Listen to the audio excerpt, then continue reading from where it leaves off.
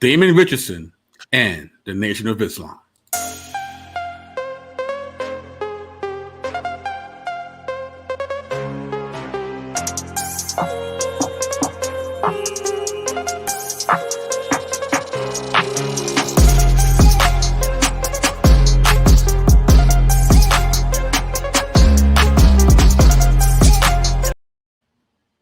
Yeah, what's going on, party people? The place to be. I go by the name of the BK Apologetics, transmitting all the way live. New York is the city, Brooklyn is the borough. What's good? What's popping?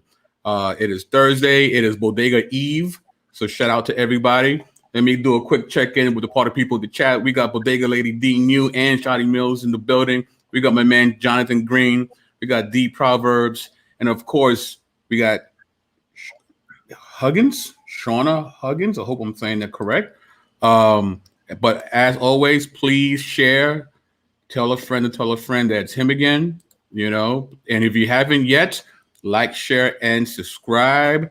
If you'd like to show your support, you can hit me on my PayPal, which is pinned on top of the chat, or if you could want to be a monthly supporter, you could be a Patreon where you get all types of assortment, treats, cookies, pastries of all sorts.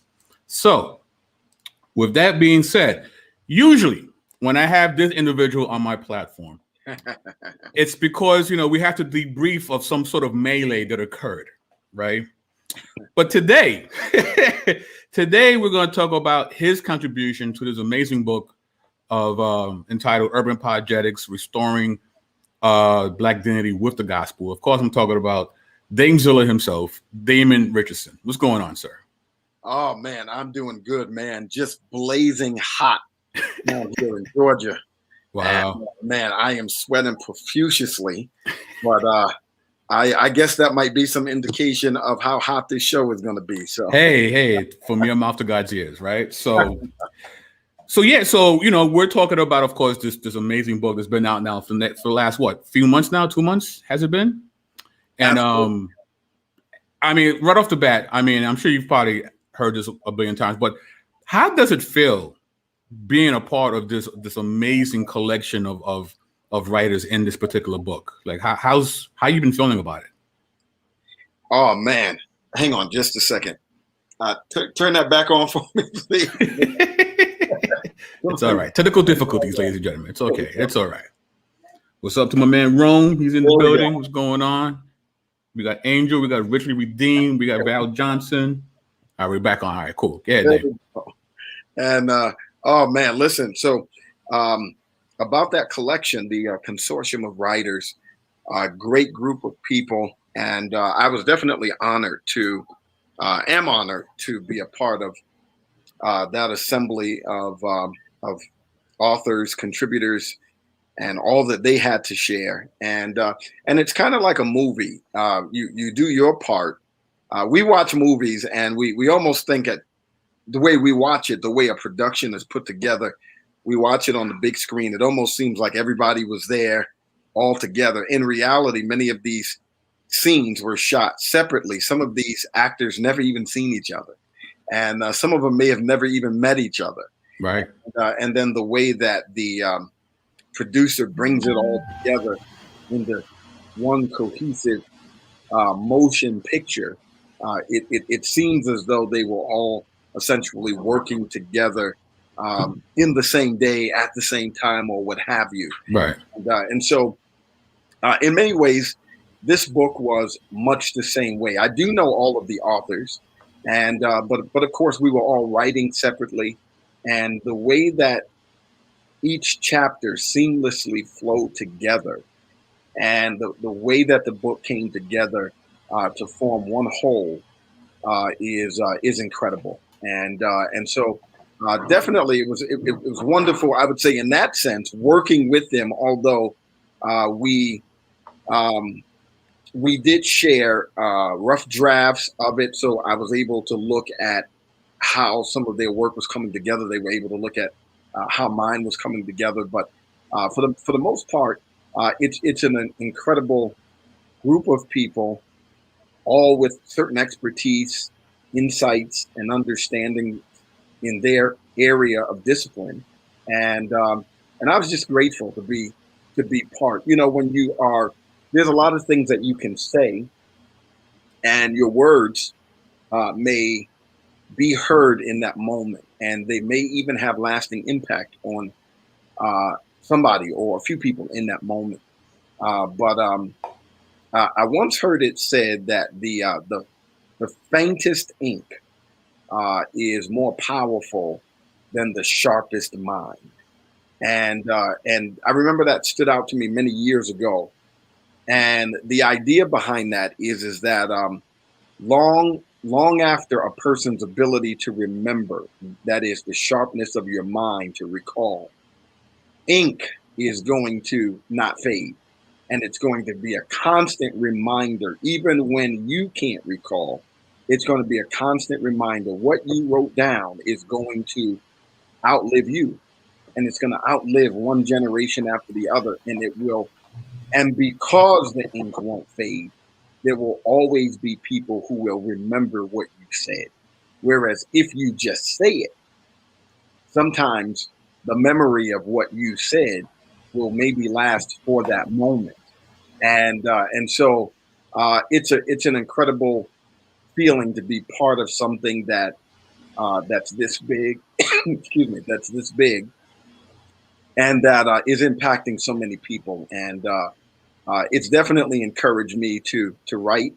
And of course, I've got a number of books that the Lord be willing. And once I can get past this dissertation stage, get all that behind me, Right. I do have books of my own that I plan to release, and really start pouring myself into some written works as well. And so it was great being a part of it and really kind of seeing how that process works and comes together.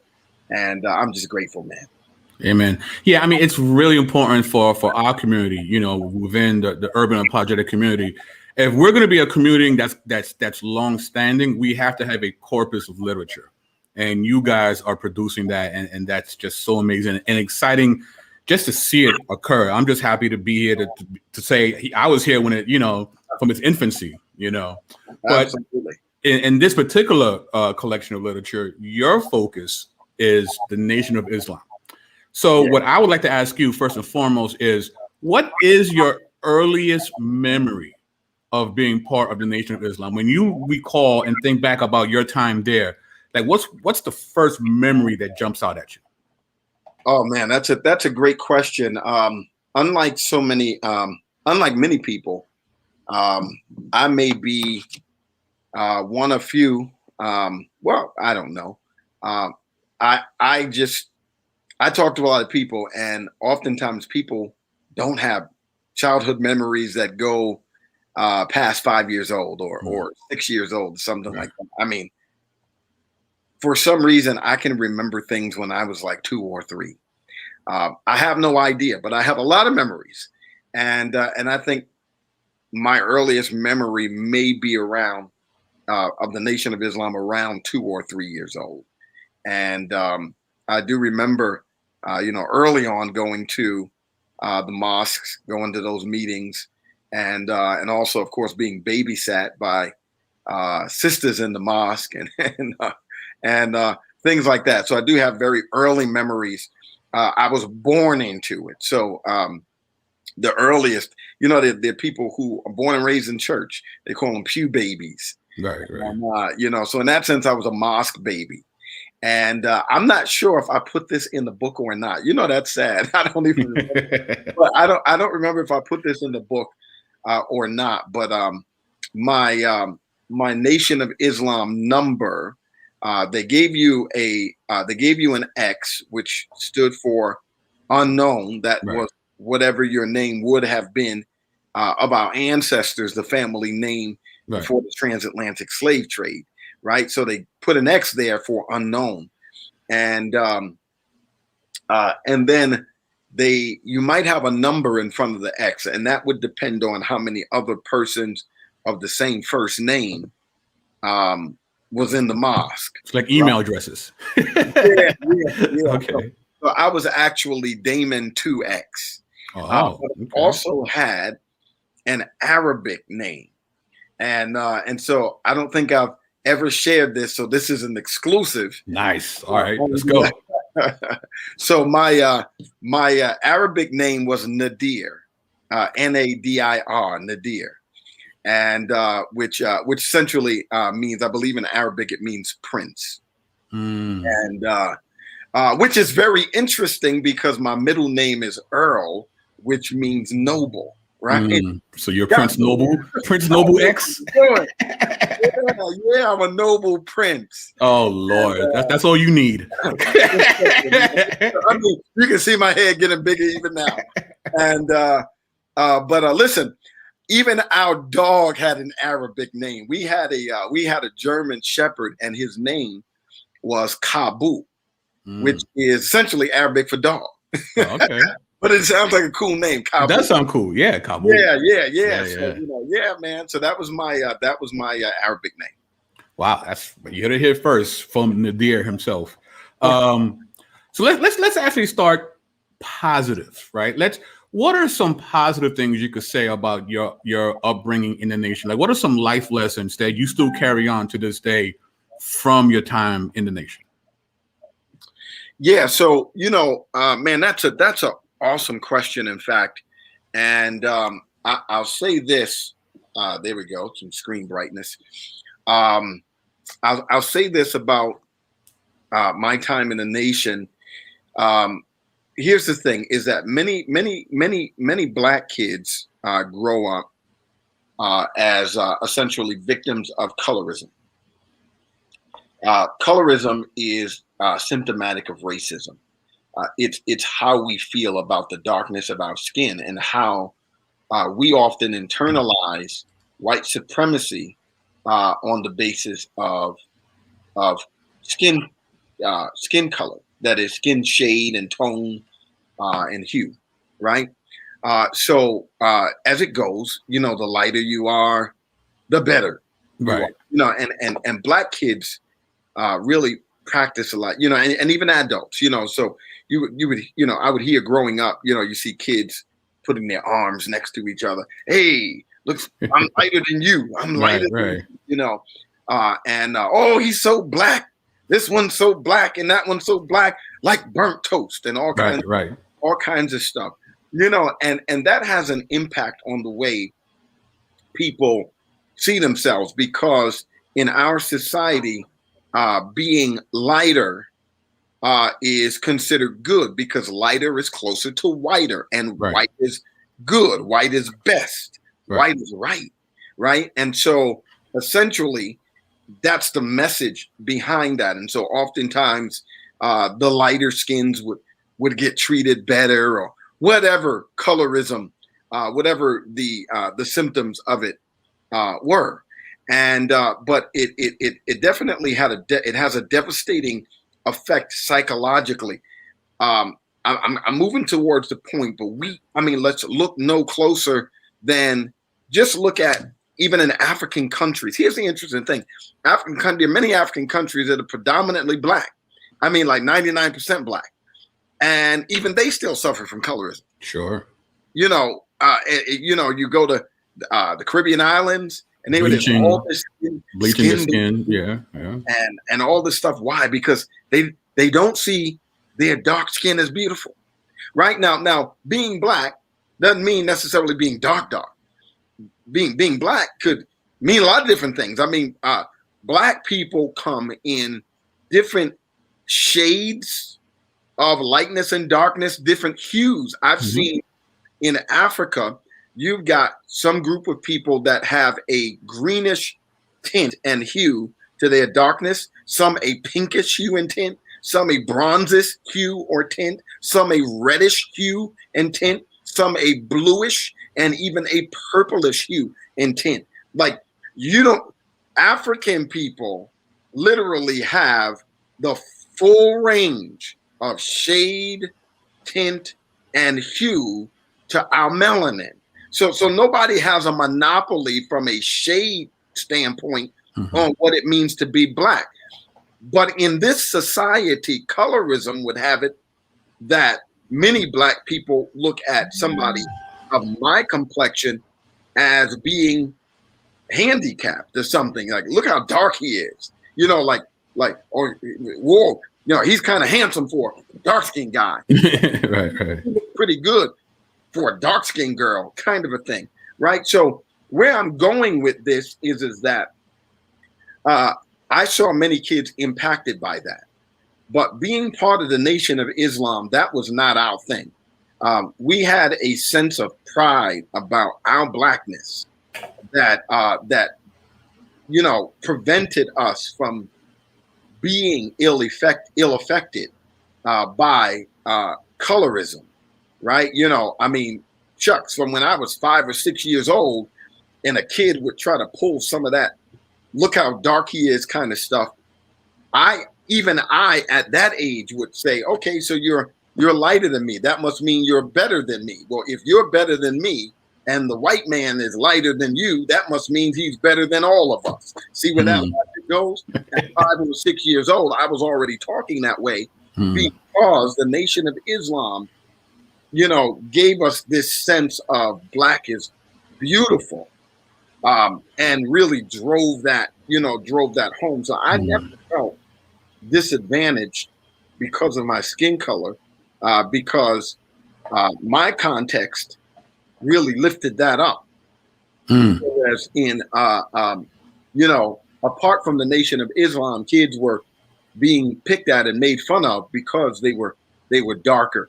And so I would say that is one good thing. That is cool. One good thing. Good. The Nation of Islam. Yeah. So with those good things come, you know, a lot of these teachings, and I would like for you to address some of the teachings that you received at the Nation. But the way we're going to do it, though, I'm going to show you some rap lyrics that actually talk about some of these teachings, and I want for you to unpack some of these words and teachings that they talk about, because for many of us, that's how we got introduced to the Nation. It was through hip hop, right? So, yeah. All right. So with that being said, let me share my screen. And okay. All right. All right, we're good. All right. So the first one is from The Roots, their album Things Fall Apart. The song is called The Spark. And it goes, might act up, but I still can pass dawah. I'm using new ways to try to reach these better days. Instead of trying to take you under, I just make you wonder. I still fast, make salat, and I pay zakat. I didn't Hajj yet, but that's my next project.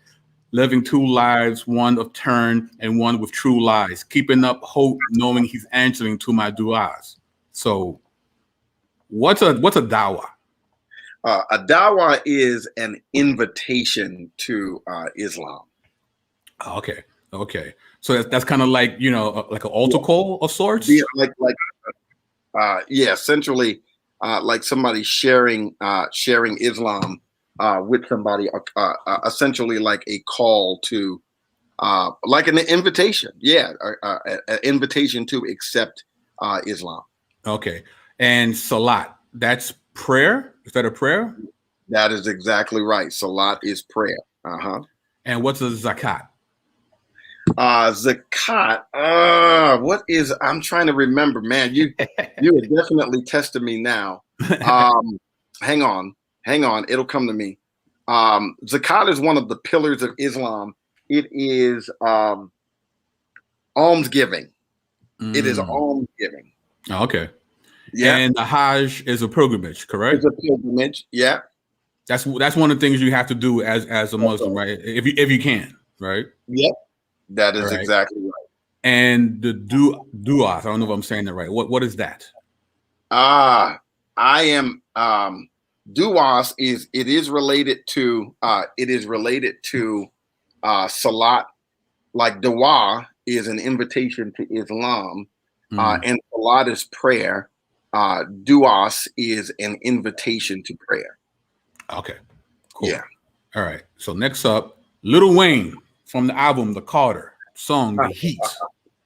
I shoot your arm, leg, arm, head. The heater burner bruiser is on my hip this year. I shoot your arm, leg, arm, head. I wish I would trip this year. Now, for a lot of people, they don't know that there's something Islamic here going on in this hook. So can you break down the arm, leg, arm, head, sir? Yeah. I now what's funny is I really truly doubt that Wayne Carter is a 5%er. You know, he's Right, known right, right. wear a blue flag when you see him one day and a red flag. See him. But what he is referring to is the idea from the 5% nation of gods and earths that black men are gods. And so arm, leg, arm, head are essentially the 5 major body parts of a human being, but it also is an acronym for Allah. Right. Right. And So, right. yeah. And according to the nation, Allah is actually a man. That is correct. Yeah. Right. So in the Nation of Islam, they believe it is a single individual, whereas in the Nation of Gods and Earths, they believe it is all black men. Right. And women are earths. Right. And that is, they give birth to gods. Right. And men are gods. So did you ever dabble with the 5%ers or not?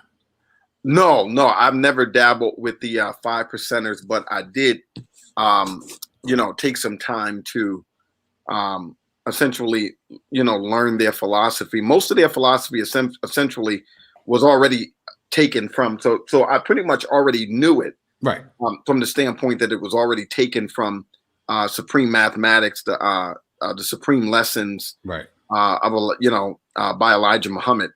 Mm-hmm. And then there were some adaptations to it right, that Clarence Muhammad made. So, I was for the most part essentially already familiar with it. But, I would, of course, rap with some of these guys as I would with, the Nuwapians and some of those other guys. So, just being around many of them, I understood where they were coming from. Right, right. Cool. All right. This is the We Made It freestyle with Jay-Z and Jay Electronica.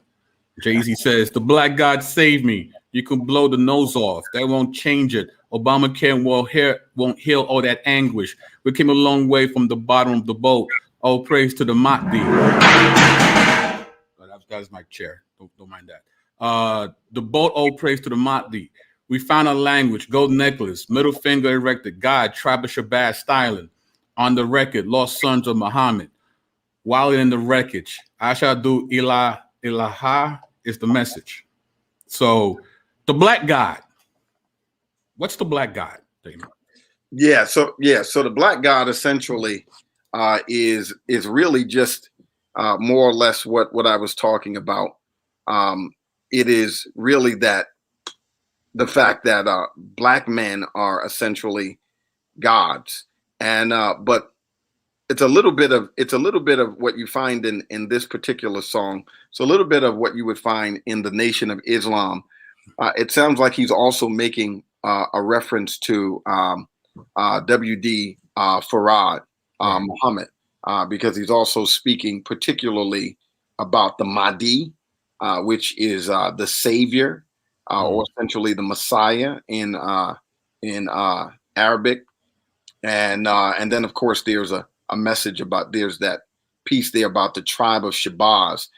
So some of this is kind of weaving in between 5% Nation and Nation of Islam theology, and so the black God saved me would really be more pointing towards Master Farad Muhammad, who's considered the savior or the Mahdi. And then, of course, he taught that black people were originally descendants of the God tribe of Shabazz, and that we were lost here in the wilderness of North America.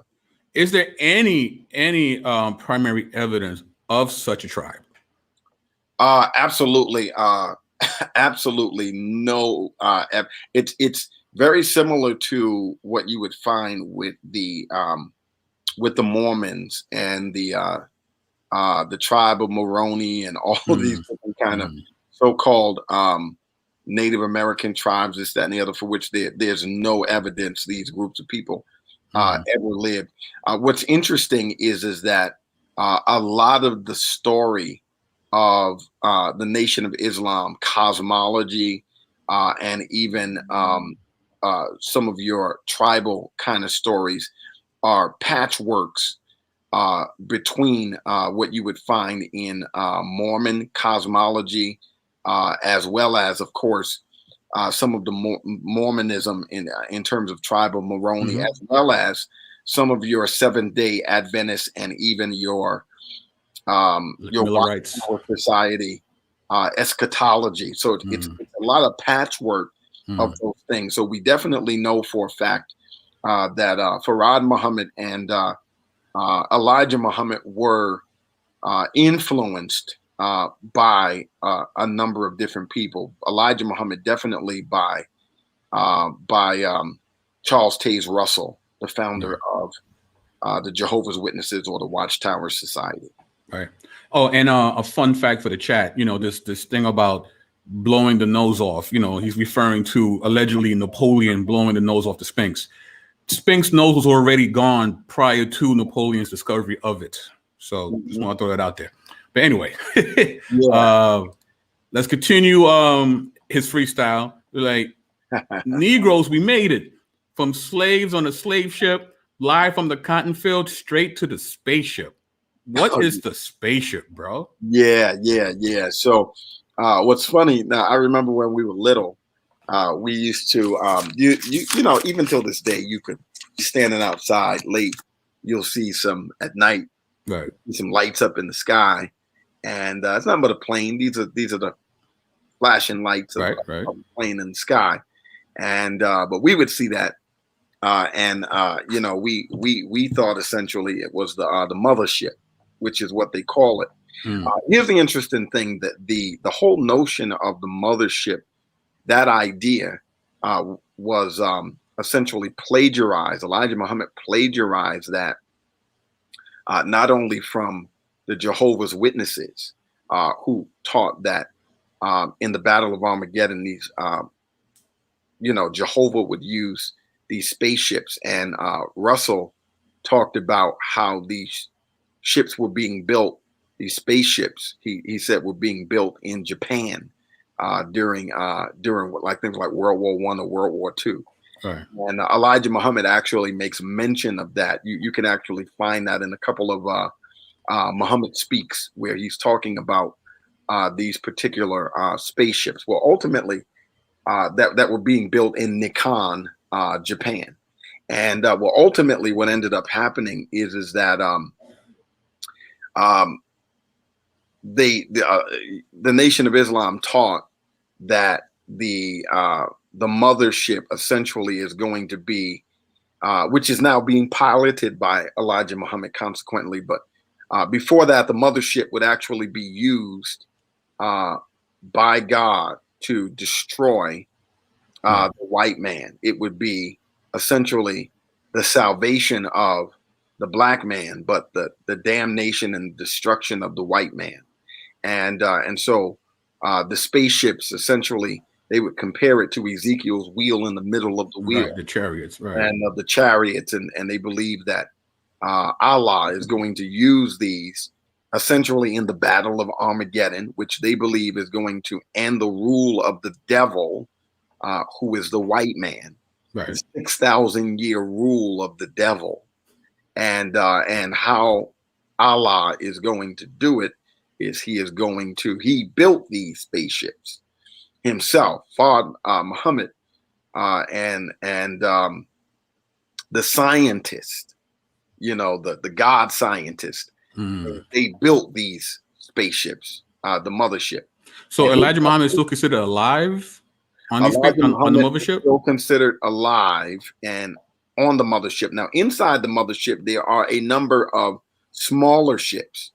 Farrakhan often refers to the mothership as hovering over in stealth the atmosphere and protecting him wherever he goes. And you'll often hear people in the Nation of Islam claiming that the mothership is protecting them, or it's been sighted in DC, or was sighted here or sighted there, and they'll talk about that. But Elijah Muhammad, here's the interesting thing: is the Nation of Islam never taught physical resurrection. It never taught in a actual life after death. In fact, they would laugh. Elijah Muhammad essentially derides Christians for that kind of belief. Well, the interesting thing and the more convenient thing is that once Elijah Muhammad died in 75, sometime after the resurrection, I should say, the reformation of the Nation of Islam under Farrakhan, sometime after that, they begin to refer to Elijah Muhammad as being absent, as a way of not referring to him as dead, right, absent. mm-hmm. And so, in this sense, they would be able to continue to push this mothership idea. Now he's essentially alive and also piloting the mothership and looking over Farrakhan. Now, I should say this, though, is that there are 3 other Nation of Islams. There is one that is led by a brother of Elijah Muhammad named John Muhammad. That is a small group of Nation of Islam. And of course, they adhere to, as best as they could, I guess, whatever the original teachings were. Mm-hmm. And they use essentially Muhammad speaks. And then there is Silas Muhammad. Silas was a minister under Elijah, and he was one of the first to form a Nation of Islam. And then there's one Nation of Islam led by a guy who calls himself the Caliph. And Louis Farrakhan's sect of the Nation of Islam, of the 4, is actually the largest. All of them hold to some degree that Elijah Muhammad is still alive, and that he is piloting the mothership. Yeah. Mm. Big up to Pastor Troy. Thanks for the love. Appreciate Pastor it. Troy. Actually, Troy says Farrakhan said that Elijah Muhammad visits him on the mothership and tells him what to speak on. Mm-hmm. Interesting. That's exactly right. Yeah. All right, so let's continue with the freestyle. I'm God, Jesus, 7th letter made. So when my arms and feet shackled, I still get paid. Oh, praise due. I'm ready to chase Yakub back into the caves. These are the last days, but do I seem phased? So who is Yakub? So Yakub was a nephew of one of the scientists, which is the Nation of Islam's way of referring to the 24 elders or gods. These gods, one of them had a nephew named Yakub. Now, Yakub really is just a Hebrew way of saying Jacob. Right. You could see where the Nation of Islam essentially took a number of different, again, piecemealed a number of different things and created this character named Yakub. Ironically, Yakub, who had this sinister and trickster kind of nature, like Jacob, right, also lived on the island of Patmos. Like, where did we hear that before? And so what Yakub did purportedly on the island of Patmos is he discovered the law of opposites attract by playing essentially with two magnets, and decided, because of this evil inclination that was already in him, he decided that he wanted to make a group of people opposite of the original black people. And so through essentially DNA or gene manipulation, this kind of plays a little bit off of that narrative in Genesis where Jacob is kind of manipulating the cattle for the grafting of cattle, grafting of cattle, right? Which is, again, a known practice, right? But they kind of steal a little bit of that idea, but in this sense, he is manipulating the melanin gene, the brown gene, as they say, which they believe is the life-giving gene, and so he does this. This was in the year 6,600, and it took 600 years before the project was complete. Now, Yakub didn't live to see the finished product, but over time, people were essentially essentially if you would just carbon copy something, Right. it gets lighter and lighter and lighter and lighter and lighter until it's Mm-hmm. no longer what you copy. And so ultimately, after 600 years, this adverse group of people were made. They're called devils because they were made to be adverse to Black people. Right. And of course, the word devil means adversary. Mm-hmm. And so this group of people essentially tricked because they were like their creator. So their creator is Yakub. So Yakub is their God. Mm-hmm. And that's how the Nation of Islam believes. And so they have that nature like he has, Right. very devilish. And so their purpose for existing was simply to oppose and to be adverse to Black people. So ultimately, they tricked the people of Shabazz, the tribe of Shabazz, into teaching them certain things, and ultimately, what ended up happening is a reversal of roles, and they ultimately enslaved many of the descendants of the tribe of Shabazz. But before that, the Nation of Islam, Elijah Muhammad taught that they were crawling on all fours in caves in Europe.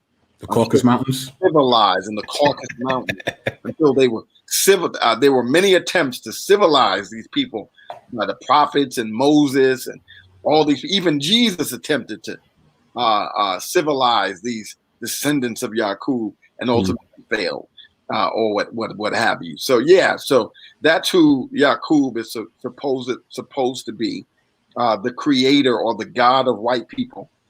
Hence, white people are a devil race, according to the Nation of Islam. The interesting thing is that they're really trying to separate themselves from that. And Farrakhan, because he's trying to really move the group more mainstream, is even offering as an apologetic that what Elijah Muhammad was really doing was offering them essentially a metaphor to help them understand, to help Black people be mentally resurrected from the dead. So he told parables and extended metaphors, so forth and so on. The problem with that is it still leaves them without a cosmology. So if it was all metaphor and parable, well, what's the truth then? Where do Black people really come from then?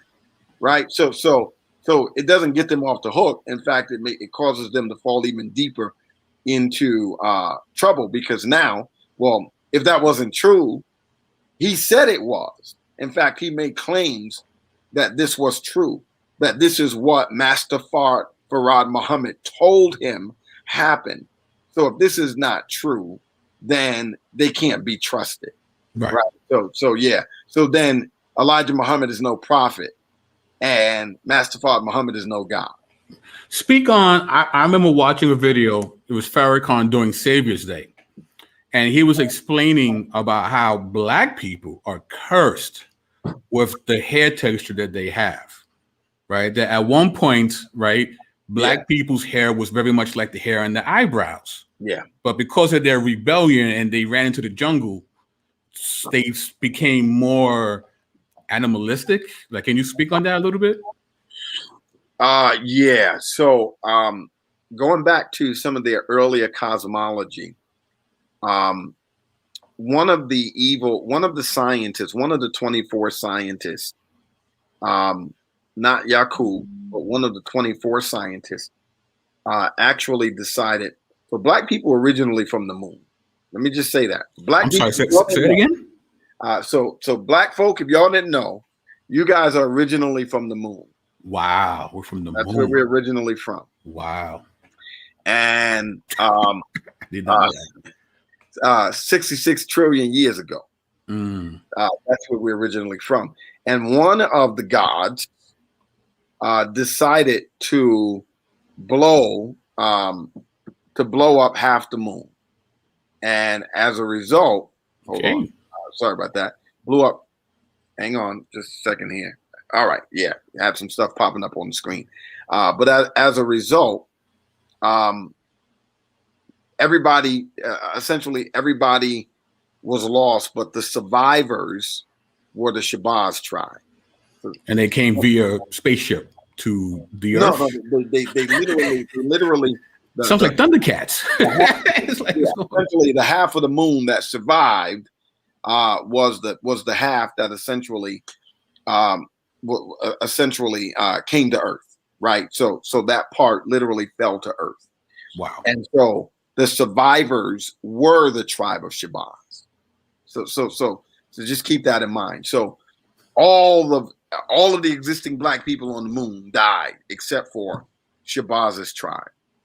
And so when we came to the Earth, we originally lived in essentially Asia, right? So that's why you would hear them the Asiatic black man, right? The Asiatic black man, right? And so what ended up happening is that a certain group of Shabazz's tribe wanted to go westward, and that's what he's referring to about this rebellion. So they left, some of their group and went westward into essentially West Asia, which we call Africa. So they believe that Africa is Asia as well. Right. It's just essentially West Asia. And in order for them to develop a certain amount of toughness, to be able to survive the extreme heat and all this other stuff, they developed, a coiled hair texture and all of these other different things in order to be able to survive. So he's attempting to say that our hair originally was more like the vellus kind of hair that you would find on the face, like the eyebrows and this, that, and the other. But because of their migration westward into West Asia or Africa, they developed darker skin and coiled hair in order to be able to be tough enough to withstand the extreme heat and all. So is that why we see in the front a lot of times in their mosque services, Farrakhan, you see more of the lighter skinned dudes with the perms and the waves? Is that kind of the reason why, like, they're trying to, I found that very interesting. It's like up front is always the lighter skinned people. Yeah. So what's his name? C.W. Lincoln mentions that actually in a book. He did actually one of the earlier interviews on the Nation of Islam, covering the development of the group. And actually a lot has been written about that particular phenomenon of how almost intrinsically the Nation of Islam incarnates some of the same colorism, right, and bias towards darker persons, and they seem to elevate the lighter ones. So there's a lot of inconsistencies there and irreconcilability. So for instance, you'll hear the Nation of Islam attempting to deride Christians about a white Jesus, yet Fard Muhammad is white. I mean, he's a white man. In fact, I talked about a lot of the controversy around who Fard was. He was always seemingly a mystery man, and the Nation of Islam loves that mysteriousness about him, because they're able to kind of really put forth a lot of their ideas about him being a man from the East and all this other stuff. So he told a lot of lies, depending upon who was talking to him. He was from New Zealand. Then he was from Pakistan or from Arabia, and or wherever, some mystery man from the East. Abdur-Rahim Muhammad, I believe. He's a man that does the documentary on Malcolm X, and literally in his journalistic research found who actually killed Malcolm X. I mean, this man done what nobody had been able to do for over 50 years. You could see that on Netflix. Well, So the mosque in Jersey has something to do with it, right? Absolutely, yeah. So he gets down to specific names and everything. But last week he did an expose on who Fard was. And out of all that was known about Fard, the thing that was always still the mystery was, where was he actually from? Right. And come to find out, Fard was from Texas. And Wow. his dad was a white man. Yeah, Fard is definitely white. And of course, he had that real white, swarthy, kind of dark, swarthy kind of look about him, but he was definitely a white man. So the reality is, he is a group attempting to uplift blackness and talking about God being black, who just looked white so that he could move stealthily with white people. But the reality is, look at this. At the end of the day, they got tricked into worshiping a white man. The same group that swears that Christianity is the white man's religion. All of the trash talking Elijah Muhammad did and Farrakhan still does. They're a group of black people worshiping an actual white man born in America, born in the USA, born in Texas, of all places. Man. Bro, so with all this, right? So you believed all this at one point. You believed this wholesale. Yeah. I mean, to varying degrees that I was taught. I didn't really think about it a lot. It was just something that we were taught. Right. And the interesting thing is that it seemed like in my mind there was an entirely different conscious type setup in my mind about God. Whereas subconsciously the teaching was there. Consciously, when I thought about God, I just had a different conception of God that had nothing to do with what the Nation of Islam taught.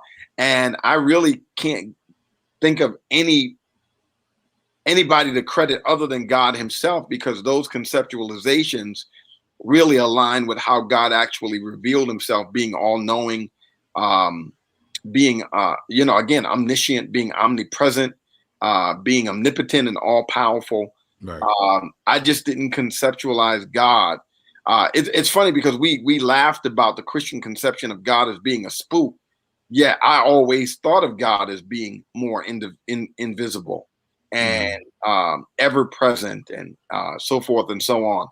It's hard to explain, other than to say that it's a testament to the fact that God does design every human with the knowledge of God.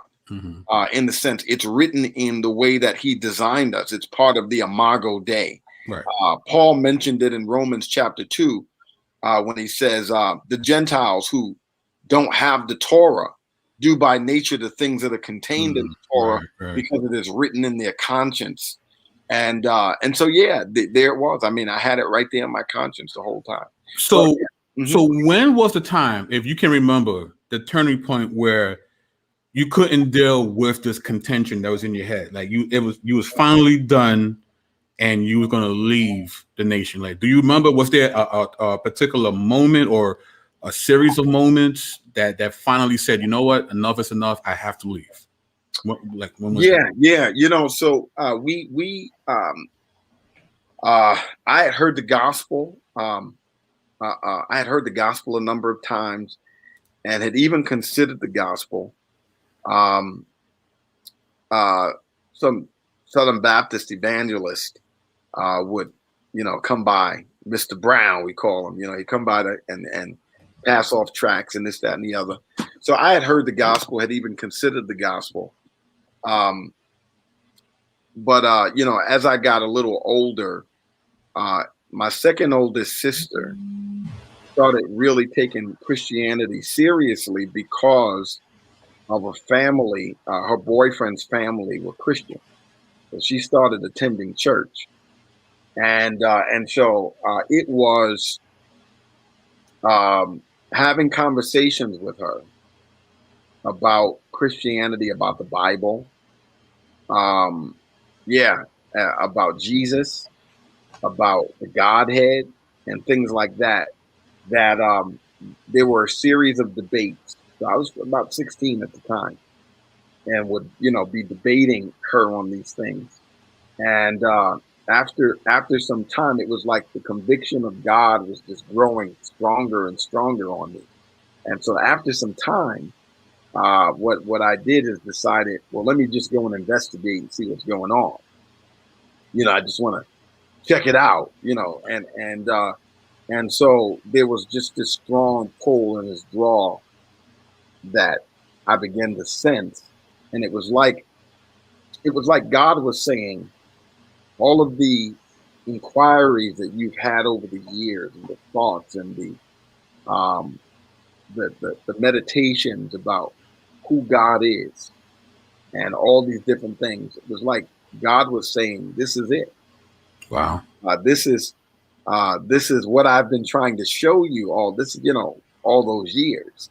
And I just kept feeling compelled and just pulled stronger and stronger, in an irresistible way, really. And I was being compelled in the way that the Bible speaks of no man coming to the Father except he first be drawn. Mm-hmm. Mm-hmm. And I certainly was being drawn. And the drawing, of course, was over time, but it was really coming to a zenith. It was coming to a it was coming to a it was coming to a point where I could not resist any longer, and I was becoming more and more inquisitive about Christianity, asking questions, debating. And it's like the more I debated, the more inquisitive I got. Sometimes people are debating because they're being drawn. Some people are actually trying to find, I'm going to try and see if I can find that one disqualifier. Right. They're really being pulled, and they're doing everything they can to find that one disqualifier so that they can justify not believing. And the more they try, the more they find greater reasons to believe. And that was me. Wow.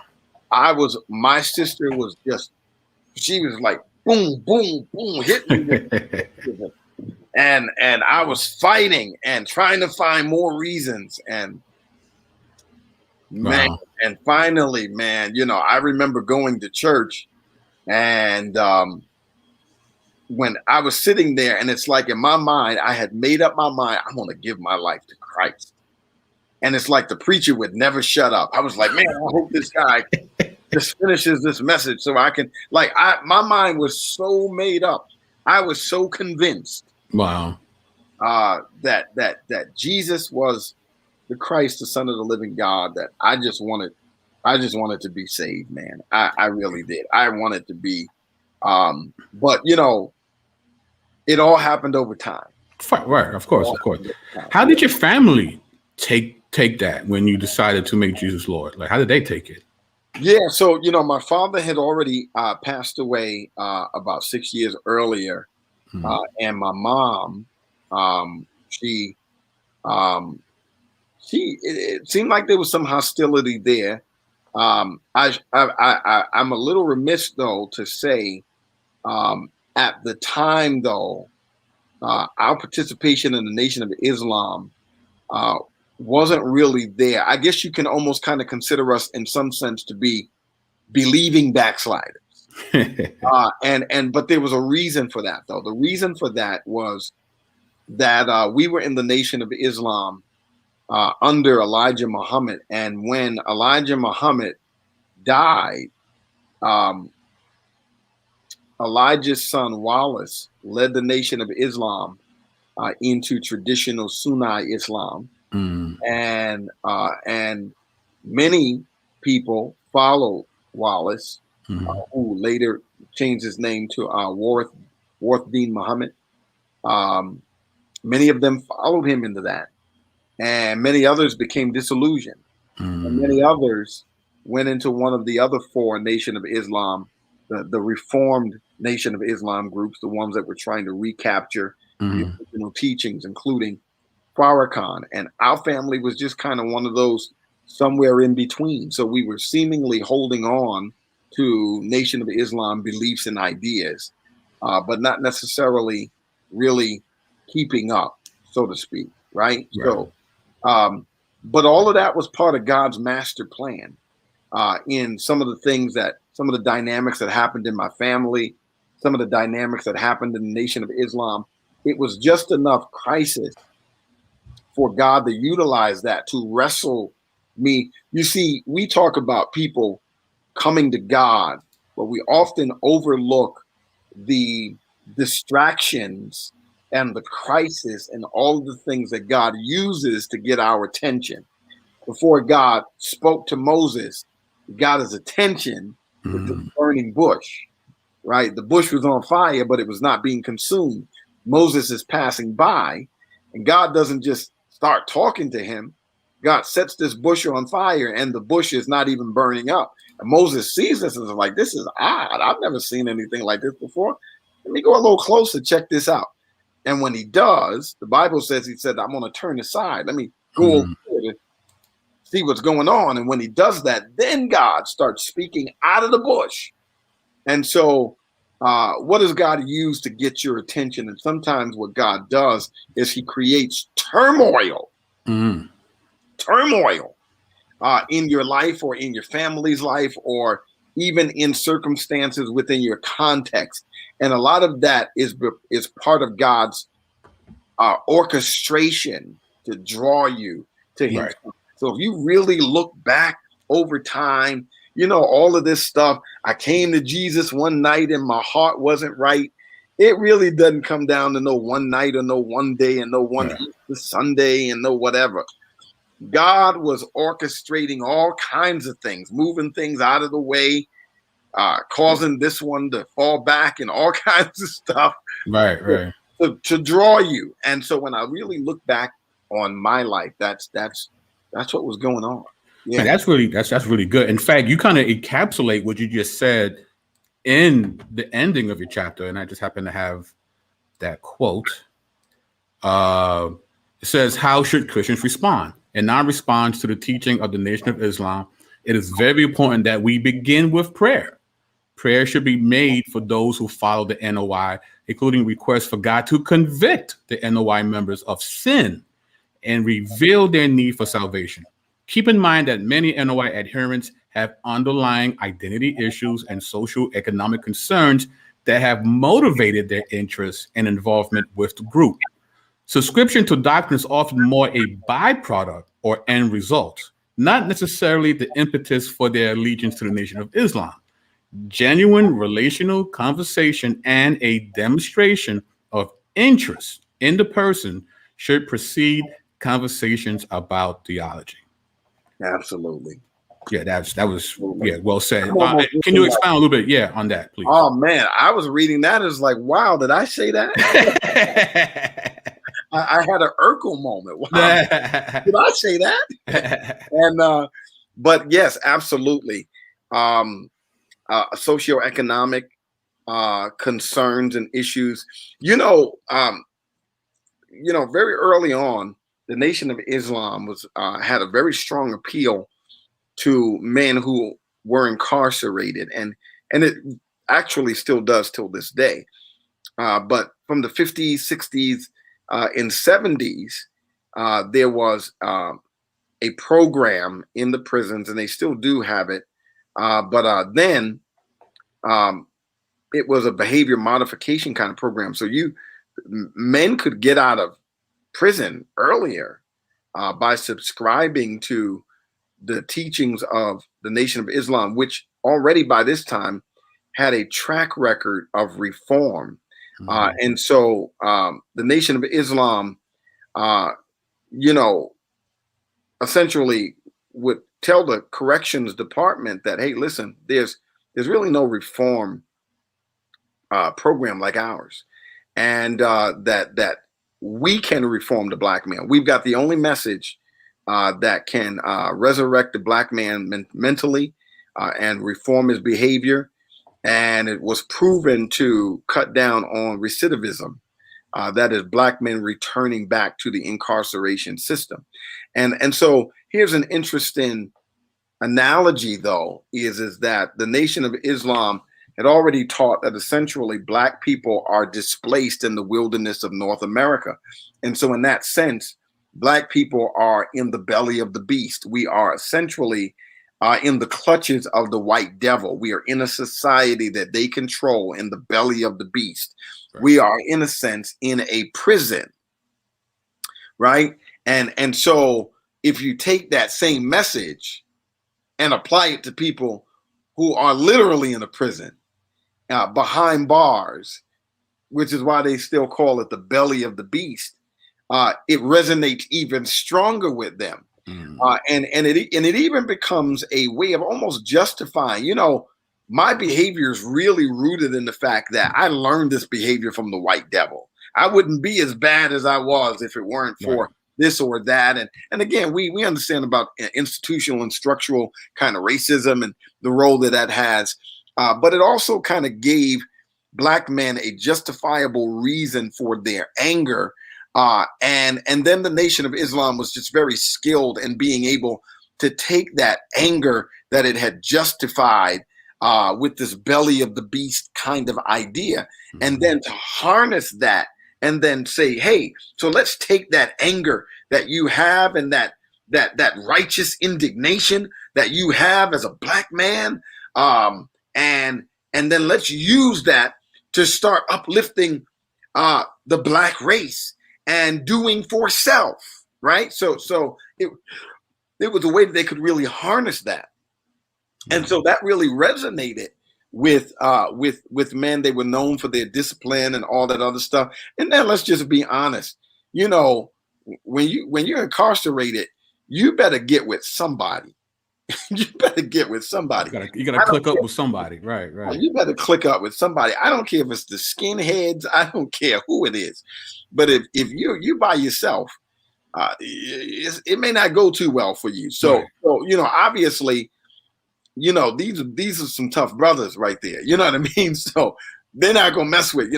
Men in the Nation of Islam get respect, right, inside or outside of the outside of prison. So my father clicked up with the Nation inside of prison. Oh, okay. Wow. Yeah. Wow. That's amazing, man. This was a great journey. We learned a little bit about the teachings, some of the positive things you've learned, the contention, the inner conflict you had with the teachings, you coming out of it. Actually, here's a question. Do you remember the first time as a believer having a discussion with a member of the Nation of Islam and having that conversation, if you know what I mean, like having that debate? Do you remember the first time you ever did that? Yeah, I absolutely do. It was in a class. It was in a class. And this was a couple of, it was about a year and a half, maybe. About a year and a half after.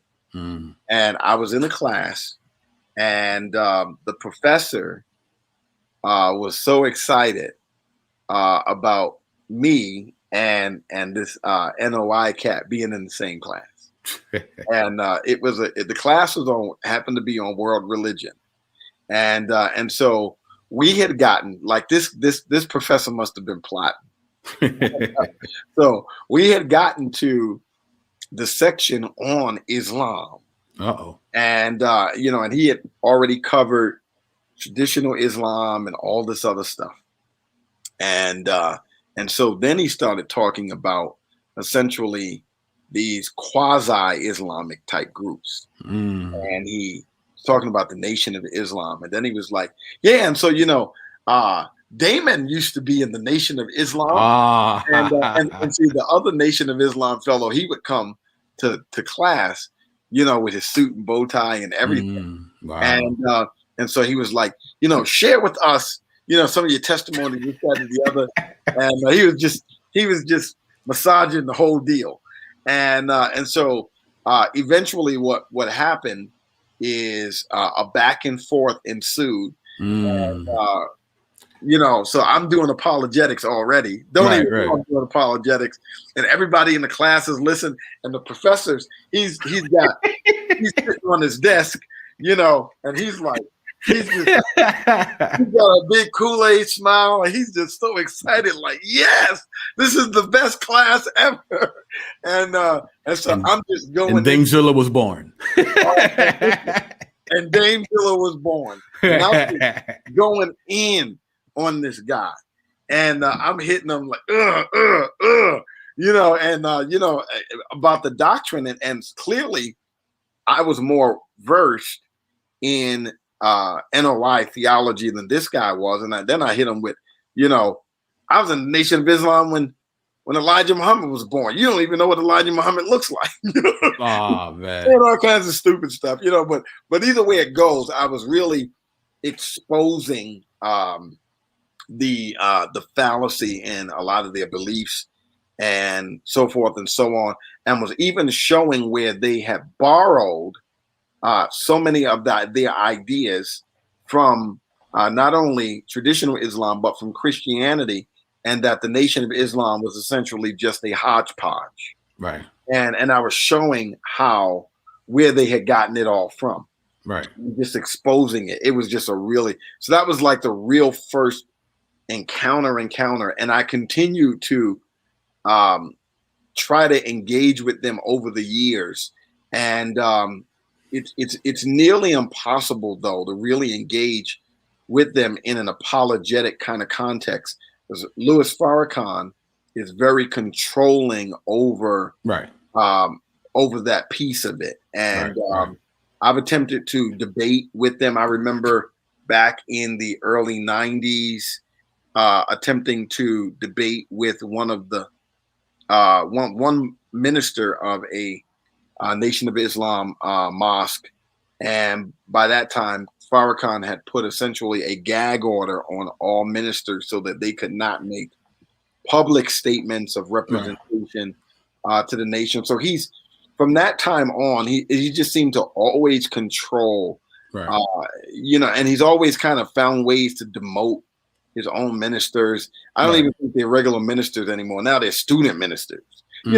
Just but you just can't corner them into getting into any real kind of a debate. The only person I've seen do that was Wesley Muhammad. I don't know if you know Wesley Muhammad. So he's debated people over in Sinetta. He's debated Tahuti and Ray Hagins. Actually debated Ray Hagins. Yeah, and that is true. That's essentially a almost Wesley's kind of an exception. Right. Back in the day, they used to have this cat, Khalid Abdul Muhammad. Right. He debated, but even when you look at what they call a debate, it's not really much of a debate. It's a lot like what you would see on the Sinetta channel, back and forth, real bodega debates. bodega debates, and no real structure, no real position that they're defending. You never really hear them defend what they believe. They're always just pushing back against another belief. But their cosmology, their belief about God,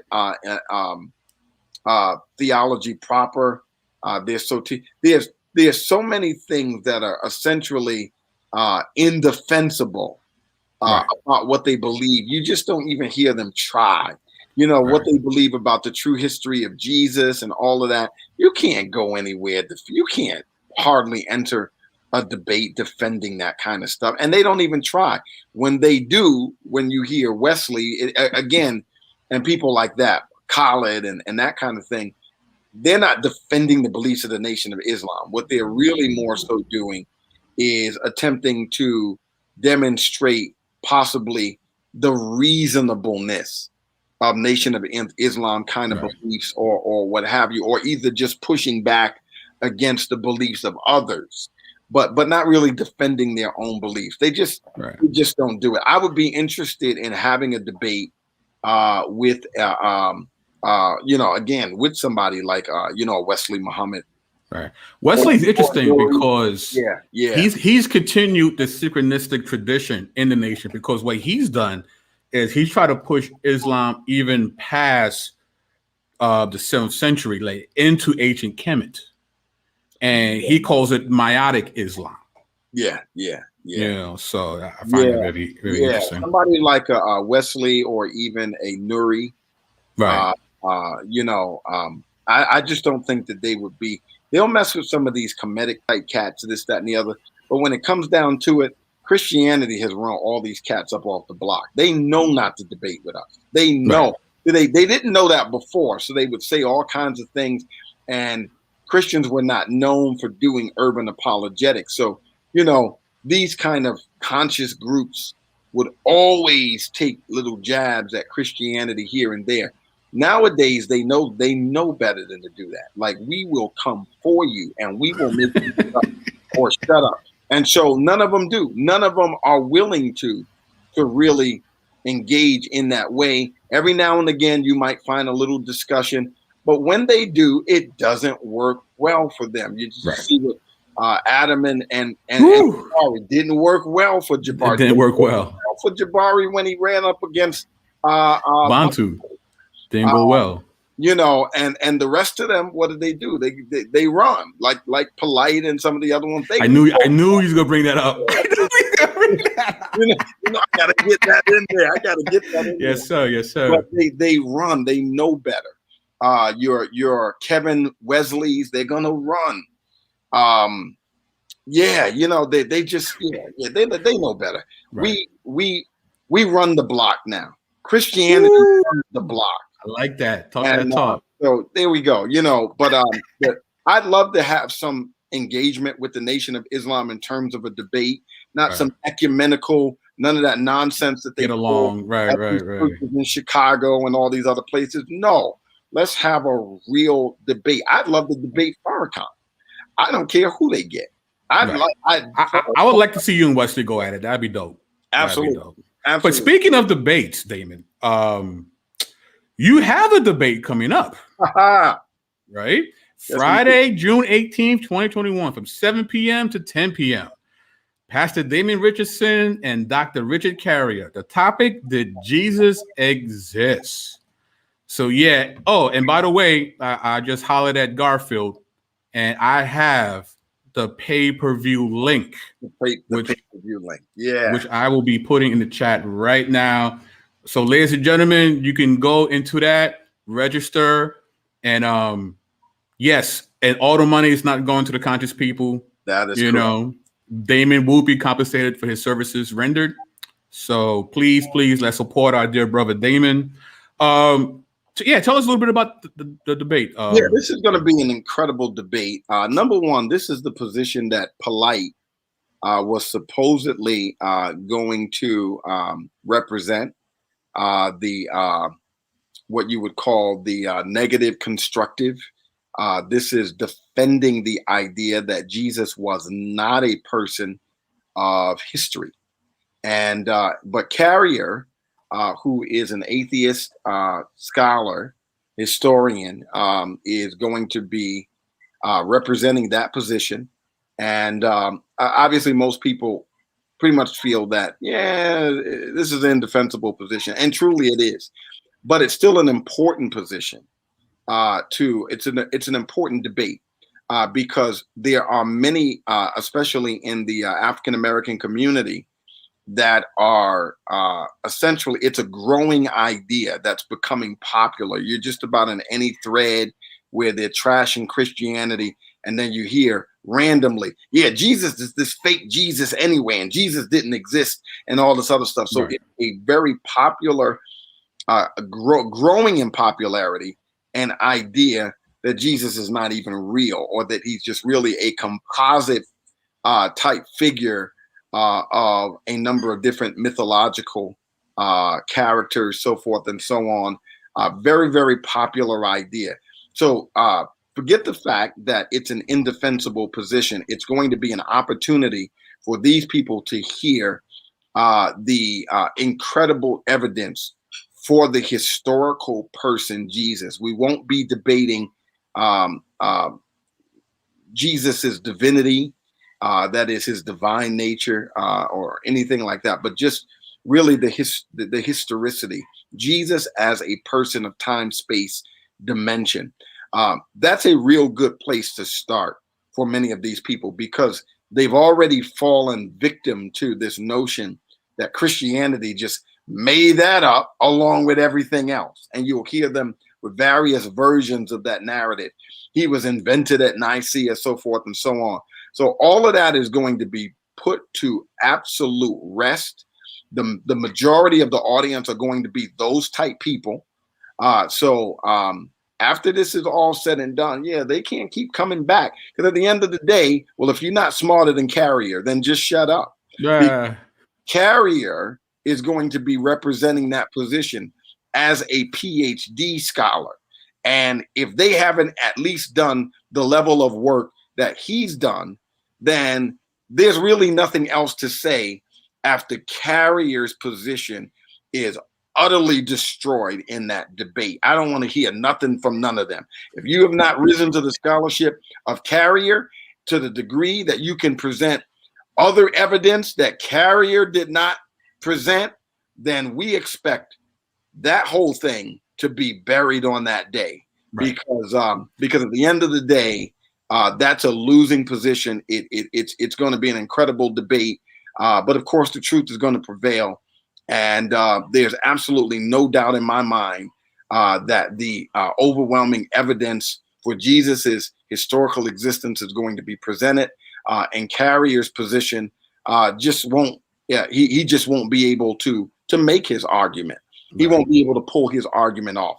His argument is not a real argument. It's just a claim. And that's one of the things that I'm going to demonstrate is that you don't have an argument. You have a claim. And an argument is something that you can actually produce evidence for, right? But you can't. There's no evidence to support that idea. And so there won't be a single game played in that debate.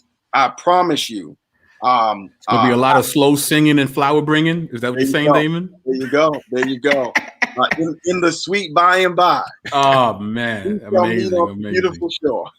Yes, sir. Yes, sir. So, Damon, before we wrap it up, man, just give us some final thoughts, man, about your chapter, the book itself, state of the UA community, future endeavors for the UA community, stuff like that.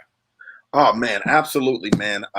Well, number one, if you have not gotten this book yet, definitely get it.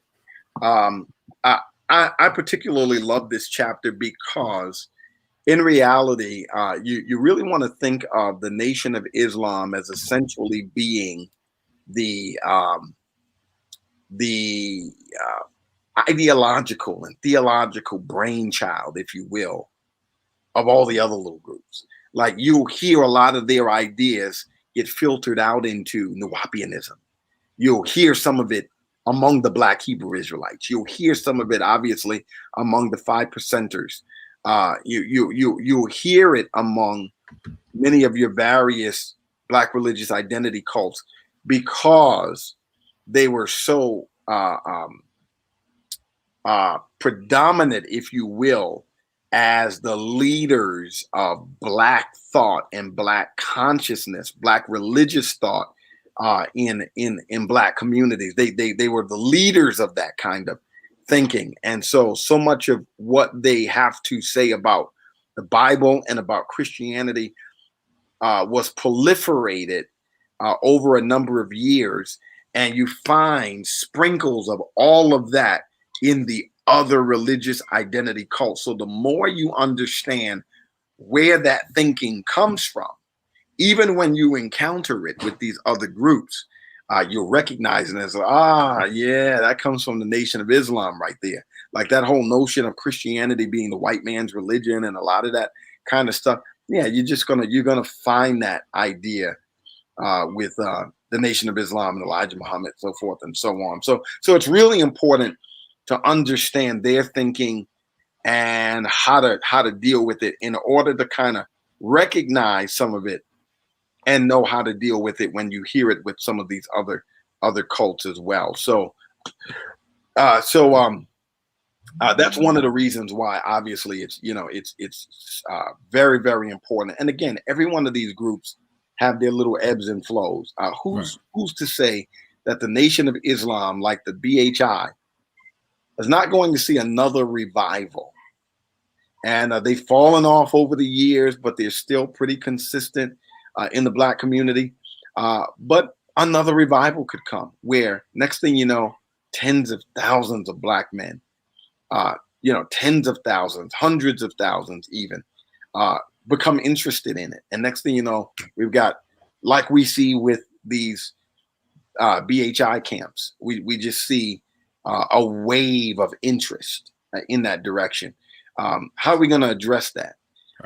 We would prefer that never happens. And so think about this book as not just defensive from a tactic standpoint. Think about it as preventative. Why people end up in cults often is that when they hear some of this information, because it already resonates with certain things going on within them, but also when they don't know how to combat what they're being presented with, they don't know what to do with this information. Right. It ends up pulling them in. So think about this book and this chapter as being preventative and being able to help people from ever going in that direction. You know, we rather do preventative apologetics and keep 100,000 men from going into the Nation of Islam than to have to try to appeal to 100,000 men and say, hey, you're in the wrong thing. Let me show you why.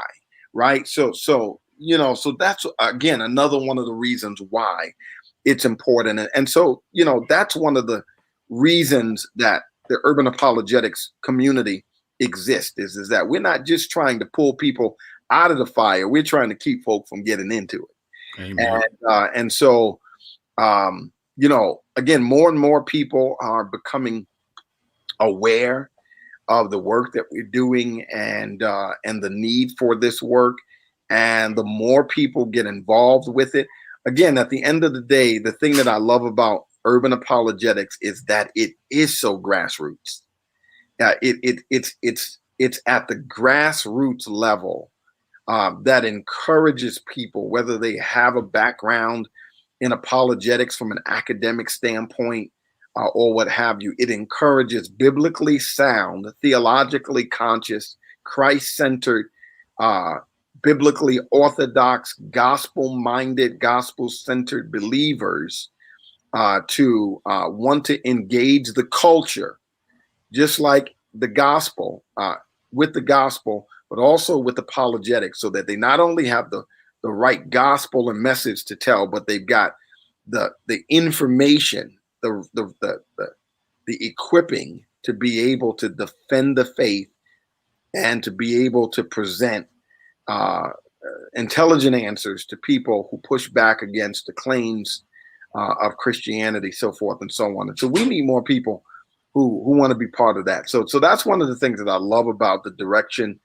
of urban apologetics. Even in its youthfulness, it has already demonstrated incredible usefulness as a tool in the kingdom. And more and more people who practice classical apologetics and so forth and so on are becoming aware that this contextualized cultural kind of apologetic is absolutely necessary, not just for Black people, but it's necessary for all ethnic groups and races, so forth and so on. Because again, just like missions and anything like that, everything needs to be contextualized to some degree. Right. So it is with apologetics. Amen. And we're going to leave it at that. So, yeah, ladies and gentlemen, Damon Richardson, BK Apologist signing off. Catch you later. Peace.